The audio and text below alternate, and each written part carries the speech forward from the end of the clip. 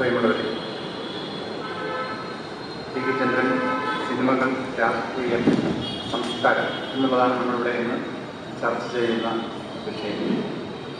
Indian ചലച്ചിത്ര രംഗത്ത് സവിശേഷമായ ഒരിടം ഉള്ള സംവിധായകനാണ് ടി വി ചന്ദ്രൻ എന്ന് പറഞ്ഞാൽ അത് സാമാന്യമായ ഒരു സ്റ്റേറ്റ്മെൻറ്റാണ്. അതിനപ്പുറത്തേക്ക് ഈ മനുഷ്യനെ നയിക്കുന്ന രാഷ്ട്രീയ അബോധം അത് എങ്ങനെയാണ് ടി വി ചന്ദ്രൻ്റെ സിനിമകളിൽ ആവിഷ്കൃതമാകുന്നത് എന്ന് വളരെ പ്രധാനപ്പെട്ടതാണ്. വളരെ എക്സ്പ്ലിസിറ്റായിട്ട് പറഞ്ഞ കാര്യങ്ങൾക്ക് അടി പറയാതെ വിട്ടിട്ടുള്ള, എന്നാൽ പ്രേക്ഷകരുമായി ഏതൊരു കാലത്തും നിരന്തരം അനവരതം പ്രവർത്തിക്കാൻ കഴിയുന്ന സിനിമകളാണ് അദ്ദേഹത്തിൻ്റേത്. അപ്പോൾ ഈ രാഷ്ട്രീയവും അധികാരവും വ്യക്തി ജീവിതങ്ങളെ എങ്ങനെയാണ് കീഴ്മേൽ മറിക്കുന്നത് എന്നും, സ്ത്രീ ജീവിതങ്ങളുടെ സ്വത്വ അന്വേഷണം, അരികുവൽക്കരിക്കപ്പെട്ട മനുഷ്യരുടെ ജീവിത പോരാട്ടങ്ങൾ, ഇതൊക്കെ തന്നെ ചന്ദ്രേട്ടൻ്റെ സിനിമകളിൽ ആവർത്തിച്ച് വരുന്ന കാര്യങ്ങളാണ്. വേറൊന്ന്, പലരും വിട്ടുകളയുന്ന അവനവൻ ജീവിക്കുന്ന കാലത്തോടുള്ള പ്രതികരണം അത് വളരെ സൂക്ഷിച്ച് ടി വി ചന്ദ്രൻ്റെ സിനിമകളിൽ വരുന്നുണ്ട്. ഒന്നും തന്നെ വിട്ടുകളയുന്നില്ല. ഭൂതകാലത്തെ കാണുമ്പോഴും സമകാലത്തെ കാണുമ്പോഴും ചരിത്രം എന്നുള്ളൊരു പ്രശ്നത്തെ അത് മനുഷ്യ ജീവിതവുമായി ബന്ധപ്പെടുത്തി അതിൻ്റെ തീക്ഷ്ണതയിൽ ആവിഷ്കരിക്കാനുള്ള ശ്രമങ്ങൾ നടത്തുന്നു. ഇന്ത്യയിൽ നടന്നിട്ടുള്ള പല പ്രധാനപ്പെട്ട സംഭവങ്ങളോടും വളരെ കൃത്യമായി പ്രതികരിക്കാൻ കഴിയും. ഇപ്പം ടി വി ചന്ദ്രനാണ് ഒരുപക്ഷെ ഇന്ത്യയിൽ തുലനം ചെയ്യുകയാണെങ്കിൽ, അങ്ങനെ ഒരു തുലനം ആരുമായി ചെയ്യുന്നത് ഉചിതമല്ല എന്ന് അറിഞ്ഞുകൊണ്ട് തന്നെ പറയാം. അത് ഹൃതിക് ഘട്ടക്കിൻ്റെ സിനിമകളുമായിട്ടാണ്. ഹൃതിക് ഘട്ടക്കിൻ്റെ സിനിമകളിൽ ഇപ്പോൾ ഒരു വ്യവസ്ഥാപിതമായ ആദ്യ അവസാനം വരെയുള്ള ഒരു സൗന്ദര്യം നിറഞ്ഞു നിൽക്കുന്ന ബിംബങ്ങളല്ല ഉള്ളത്, സ്ഥിരത ബിംബങ്ങളാണ് പലപ്പോഴും വരുന്നത്. അപ്രതീക്ഷിതമായി മെലോഡ്രാമ കടന്നു. അപ്പോൾ ഈ ചത്ത നറേഷൻ, അതായത് വളരെ യഥാർത്ഥത്വം, അതായത് യാതൊരു ജീവനും ഉൽപ്പാദിപ്പിക്കാതെ ഇങ്ങനെ പറഞ്ഞു പോകുന്ന കഥ ആഖ്യാനത്തെ വളരെ പെട്ടെന്നൊരു വളരെ തീക്ഷ്ണമായ ദൃശ്യങ്ങളിലൂടെ, ചിലപ്പോൾ മെലോഡ്രാമയിൽ തോന്നുന്ന ബിംബങ്ങളിലൂടെ ആവിഷ്കരിച്ച് പ്രേക്ഷകരുടെ മനസ്സിൽ കത്തിയോട് കുത്തും പോലെ ഇറക്കിച്ചെല്ലാവുന്ന ദൃശ്യങ്ങളുണ്ട്. അത് ടി വി ചന്ദ്രൻ്റെ സിനിമയിൽ നമ്മളിത് നോക്കിയാൽ കാണാം.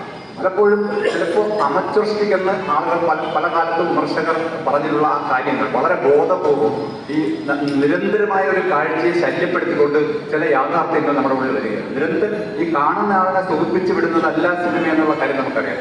സിനിമ ഏറ്റവും ശക്തമായ രാഷ്ട്രീയ വ്യവഹാരമാണ്. ആ രാഷ്ട്രീയ വ്യവഹാരത്തെ അതിൻ്റെ എല്ലാ മൂർച്ചയോടും അവതരിപ്പിക്കാൻ കഴിഞ്ഞ ഒരു കലാകാരനാണ്. 50 വർഷത്തെ ജീവിതം. ഇപ്പോൾ അദ്ദേഹത്തിൻ്റെ കബനി നദി ചുവന്നപ്പോൾ എന്ന സിനിമയിൽ അഭിനയിച്ചുകൊണ്ട് തുടങ്ങി. പിന്നെ പല ആളുകളോടൊപ്പം സഹകരിച്ച് സിനിമ എടുത്തു. ഇപ്പോൾ അഗ്രഹാരത്തിൽ കഴുത തുടങ്ങിയ സിനിമകളുടെ കൂടെ ഉണ്ടായിരുന്നു, പവിത്രനോടൊപ്പം ഉണ്ടായിരുന്നു, ജോണബ്രഹ്മനോടൊപ്പം ഉണ്ടായിരുന്നു. അങ്ങനെ മലയാള സിനിമയെ മാറ്റി നിർത്തിയ വെക്ടർ ഉണ്ടായിരുന്നു. ഇങ്ങനെയുള്ള ഒരു കാലത്തെ ഏറ്റവും വളരെ ബൊഹീമിയൻ ജീവിതം നയിച്ചു എന്ന് നമുക്ക് ഇന്ന് തോന്നുന്ന ആളുകൾക്കൊപ്പം ടി വി ചന്ദ്രൻ ഉണ്ടായിരുന്നു. അങ്ങനെ അത്തരം മനുഷ്യരുമായി അവനവൻ്റെ ആത്മത്തെ കേന്ദ്രീകരിച്ചല്ല, സമൂഹത്തിൽ സ്വയം പ്രൈസ് ചെയ്യുമ്പോൾ ഉണ്ടാകുന്ന ചില കുതറലുകളെ ആണ് ഇവരെല്ലാം പ്രതിദാനം ചെയ്തത്. അത് അക്കാലത്ത് നിന്നൊരു വ്യവസ്ഥതയോടുള്ള കുതറൽ കൂടിയാണ്. ആ കുതറലിൻ്റെ ഒപ്പം നടന്നു വന്ന ഒരാളെന്നുള്ള നിലയിൽ അദ്ദേഹത്തിൻ്റെ സിനിമകൾ അത്ര ആഴത്തിൽ ഇന്ത്യൻ സമൂഹത്തെ, പ്രത്യേകിച്ച് കേരളത്തിൻ്റെ ചരിത്രത്തെ പരിശോധിക്കാൻ തയ്യാറായിട്ടുണ്ട്.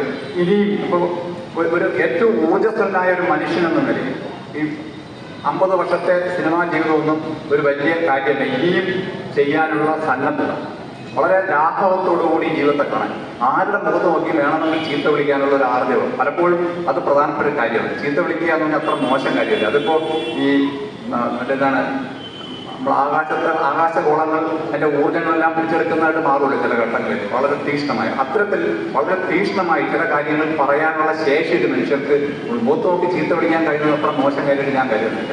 അത്തരത്തിൽ ചില സിനിമകൾ നല്ല ചീത്ത വിളിയാണ്, അത് ഈ വ്യവസ്ഥതയുള്ള ചീത്ത വിളിയാണ്. അത്തരത്തിൽ വിളിക്കാൻ അത്തരം കരുത്തന്മാർക്ക് അത് കഴിയും. അല്ലാത്തൊരു വളവളാന്നുള്ള ജീവിതം നമ്മൾ ആവറേജ് മനുഷ്യൻ ജീവിക്കുന്നതൊക്കെ വളവളാന്ന് ജീവിച്ച് പോകാനില്ല.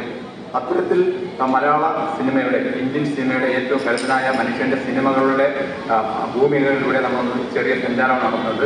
ഇവിടെ ഇപ്പം പങ്കെടുക്കുന്ന ആളുകളെ പറ്റി പറഞ്ഞിരുന്നു. ആദ്യം ഈ വിഷയത്തെപ്പറ്റി സംസാരിക്കാനായിട്ട് പ്രശസ്ത ചലച്ചിത്ര നിരൂപകനും ചലച്ചിത്ര സൊസൈറ്റി പ്രസ്ഥാനത്തിൻ്റെ തുടക്കക്കാരൊരാളുമായ വി കെ ജോസഫിനെ